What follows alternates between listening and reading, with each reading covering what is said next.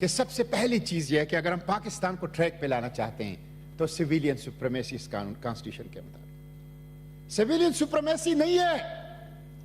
Corps commander conference نے ابھی کل پرسوں پریس ریلیز جاری کیا کہ ہمارا الیکشن میں کوئی کام نہیں تھا۔ یہ 21ویں صدی کا سب سے بڑا مذاق تھا۔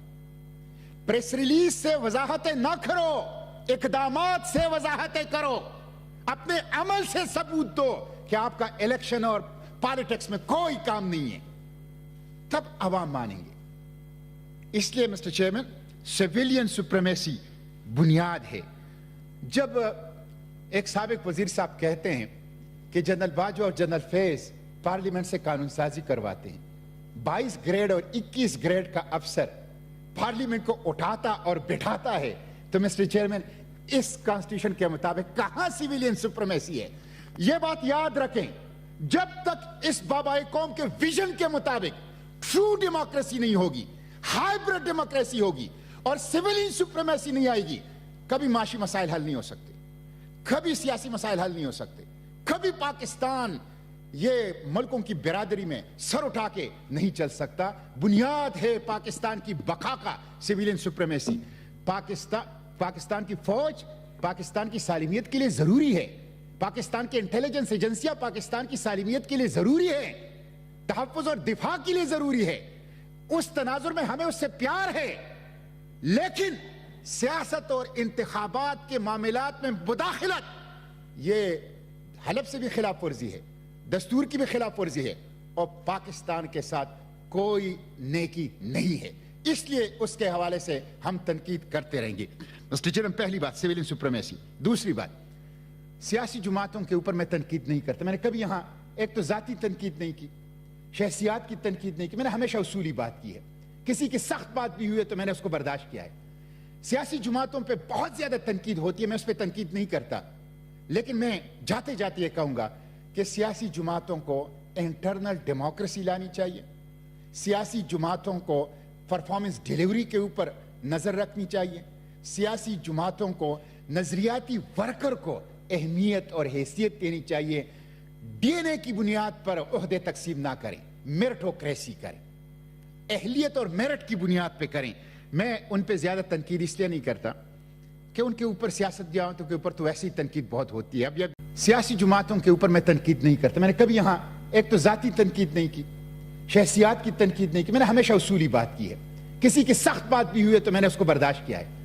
سیاسی جماعتوں پہ بہت زیادہ تنقید ہوتی ہے، میں اس پہ تنقید نہیں کرتا، لیکن میں جاتے جاتے یہ کہوں گا کہ سیاسی جماعتوں کو انٹرنل ڈیموکریسی لانی چاہیے، سیاسی جماعتوں کو پرفارمنس ڈیلیوری کے اوپر نظر رکھنی چاہیے، سیاسی جماعتوں کو نظریاتی ورکر کو اہمیت اور حیثیت دینی چاہیے، ڈی این اے کی بنیاد پر عہدے تقسیم نہ کریں، میرٹوکریسی کریں، اہلیت اور میرٹ کی بنیاد پہ کریں۔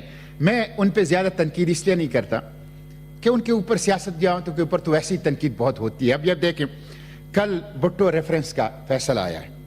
مسٹر چیئرمین، آپ دیکھیں 45 سال کے بعد آپ اس قوم کے ایک منتخب وزیر اعظم کو انصاف نہیں دے سکے، صرف غلطی تسلیم کر سکے۔ کسی جج کے ساتھ کبھی یہ کام ہوا ہے جو وہ منتخب وزیر اعظم کے ساتھ ہوا ہے؟ کسی جرنیل کے ساتھ کبھی یہ کام ہوا ہے جو منتخب وزیر اعظم کے ساتھ ہوا ہے؟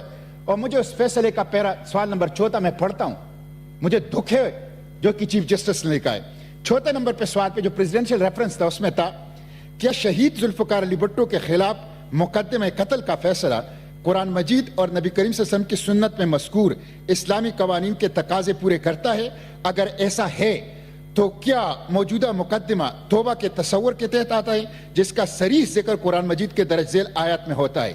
سورہ نساء آیت 17-18، سورہ بقرہ آیت 159، 160 اور 222، اور سورہ مائدہ آیت 39، سورہ اعراف آیت 153، سورہ نحل آیت نمبر 119 اور سورہ طٰہٰ آیت نمبر 82، نیز سنن ابن ماجہ حدیث نمبر 359۔ توبہ کے تصور کے اثرات اور نتائج کیا ہیں؟ اس پہ عدالت نے کیا کہا ہے؟ رائے۔ اس سوال پر ہمیں کوئی معاونت نہیں دی گئی، اس لیے اس پہ رائے دینا مناسب نہیں ہے۔ مجھے بہت دکھ ہے۔ آپ کے پاس فیڈرل شریعت کوڈ ہے، آپ نے قرآن و سنت کی روح سے ظلم کیا ہے، آپ کے پاس کونسل آف اسلامک آئیڈیالوجی ہے، آپ ان سے رائے لے سکتے تھے۔ تو سیاستدانوں کے ساتھ جو ظلم ہوا ہے اس لیے میں سیاسی جماعتوں کے اوپر، میں پولیٹیکل ورکر سے بھی کہتا ہوں، آپ کے اوپر سارے لوگ تنقید کرتے ہیں، ایک دوسرے کے اوپر تنقید نہ کریں، ایک دوسرے کا ساتھ دیں. تو مجھے دکھ ہے کل عدالت نے اپنے خلاف فیصلہ سنایا ہے، اور کل عدالت نے جو کیا ہے بہت تھوڑا ہے. مسٹر چیئرمین، میں یہ عرض کروں گا کہ سیاسی جماعتیں مذاکرات کریں.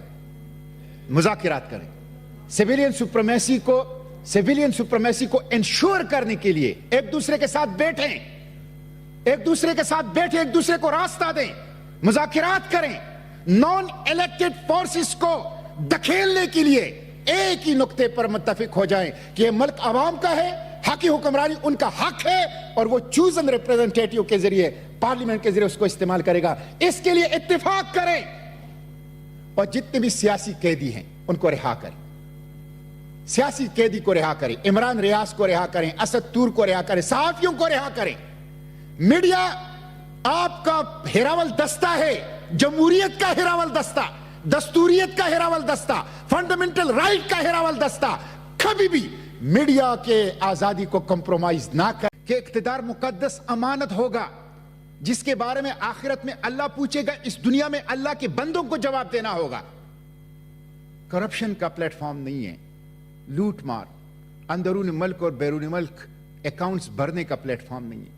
اور تیسری بات یہ لکھی گئی ہے کہ اقتدار عوام کے منتخب نمائندوں کے ذریعے سے، یہ کسی ادارے کی امانت نہیں ہے. اقتدار یہ چند سرکاری لوگوں کی امانت نہیں ہے، یہ چند خاندانوں کی امانت نہیں ہے، یہ عوام کے ذریعے سے، چوزن ریپریزنٹیٹیو کے اونرشپ عوام کے پاس ہے، ان کے ذریعے سے یہ پارلیمنٹ کرے.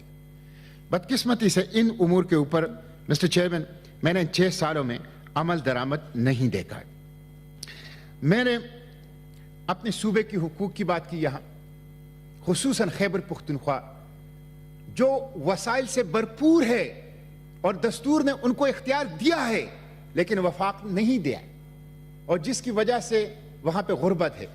میرے قبائل جس میں افریقہ کے سب سہارا ریاستوں سے زیادہ غربت ہے، میرے قبائل جو طالبانائزیشن اور عسکریت پسندوں نے بھی متاثر کیا، ملٹری آپریشنز نے بھی متاثر کیا، اور میرے قبائل اور میرا صوبہ جس کے سرزمین کو گزشتہ 40 سال سے میدان جنگ بنایا گیا ہے، اور میرا صوبہ جس کو مورچے کے طور پر استعمال کیا گیا ہے، میں نے ہمیشہ سے اس کا درد یہاں بیان کرنے کی کوشش کی ہے.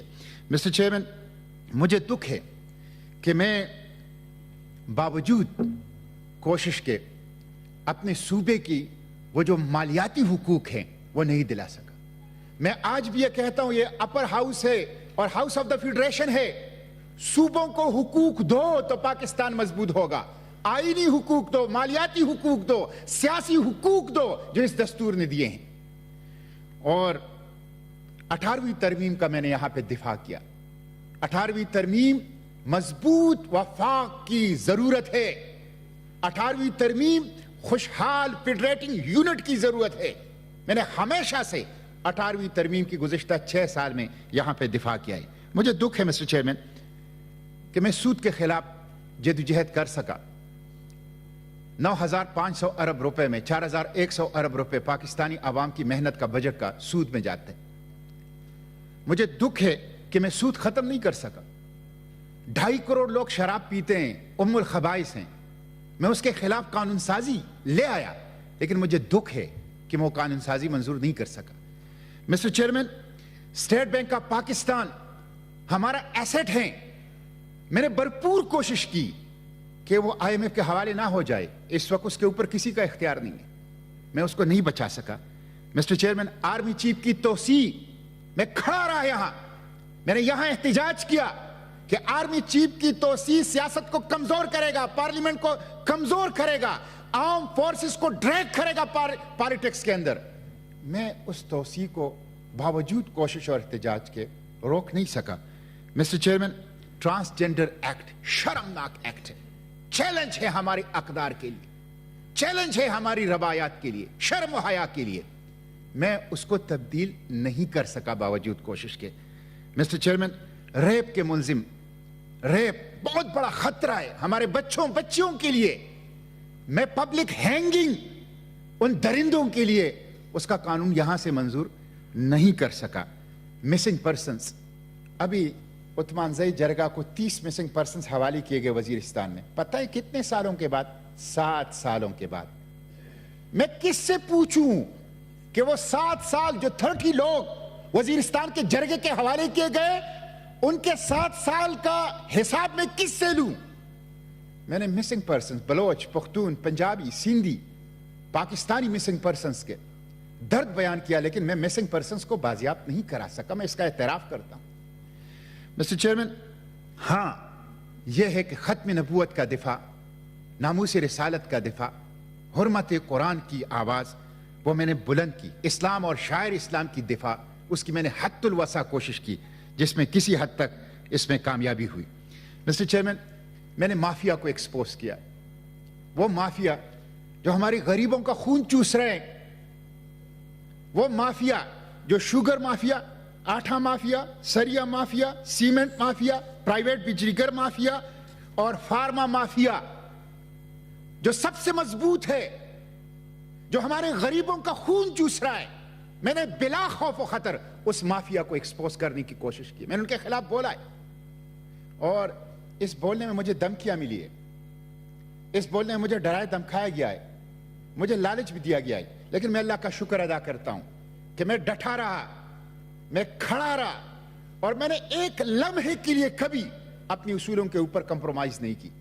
مسٹر چیئرمین, اس وجہ سے میں یہ آپ کو بتاؤں, یہ پہلی مرتبہ میں آپ کو بتا رہا ہوں کہ میں نے ان 6 سالوں میں ہر قسم کے اپنے جائز کاروبار سے اپنے آپ کو دور رکھا ہے.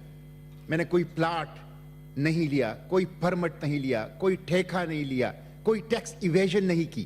میں آج آپ اس ہاؤس کے توسط سے اپنے پورے مالیاتی معاملات کو احتساب کے لیے پیش کرتا ہوں. میں نے اللہ کے حضور جواب دہی کے سوچ سے اپنے مالیاتی معاملات کو مینٹین کیا ہے. جب آپ اللہ کے حضور اپنی جواب دہی کے سوچ سے مالیاتی معاملات کو مینٹین کرتے ہیں, دنیا کے ادارے پر اس میں کوئی کمزوری نہیں پا سکتے. تو میں آج اپنی مالیاتی معاملات کو اپنے احتساب کے لیے پیش کرتا ہوں. مسٹر چیئرمین, میں جائز کاروبار سے دور رہا, اور اب جب میں سینٹ سے ریٹائر ہو رہا ہوں تو کم از کم مجھے یہ آزادی ہوگی کہ میں کاروبار کر سکوں گا, کوئی بزنس کر سکوں گا. اور یہ میں نے اس لیے کیا, یہ جائز کام تھا کہ کم از کم وہ میرے یہاں سینٹ کی کارکردگی میں رکاوٹ نہ بنی. تو مسٹر چیئرمین, میں نے یہ کام کیا ہے. میں آخر میں اپنی گفتگو سمیٹتے ہوئے چند باتیں مسائل کے حل کی طرف کروں گا. ایک چیز تو یہ ہے مسٹر چیئرمین